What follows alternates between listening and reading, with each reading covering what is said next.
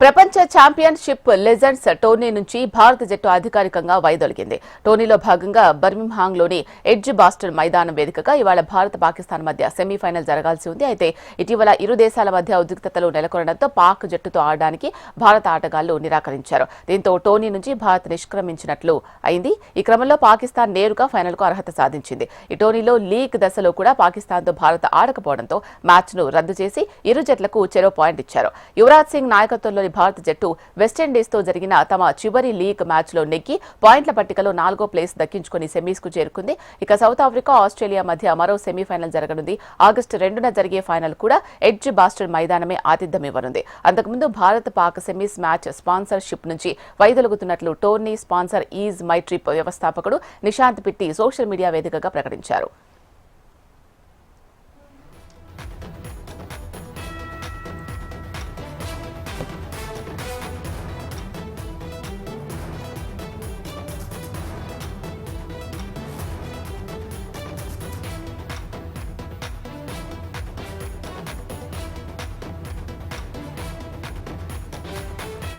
ప్రపంచ championship legends tourney నుంచి భారత జట్టు అధికారికంగా వైదొలిగింది.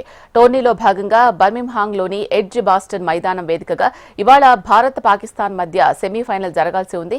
అయితే ఇటీవల ఇరు దేశాల మధ్య ఉద్రిక్తతలు నెలకొనడంతో పాక్ జట్టుతో ఆడడానికి భారత ఆటగాళ్లు నిరాకరించారు. దీంతో టోర్నీ నుంచి భారత్ నిష్క్రమించినట్లయింది. ఈ క్రమంలో పాకిస్తాన్ నేరుగా ఫైనల్కు అర్హత సాధించింది. ఈ టోర్నీలో లీగ్ దశలో కూడా పాకిస్తాన్తో భారత్ ఆడకపోవడంతో మ్యాచ్ను రద్దు చేసి ఇరు జట్లకు చెరో పాయింట్ ఇచ్చారు.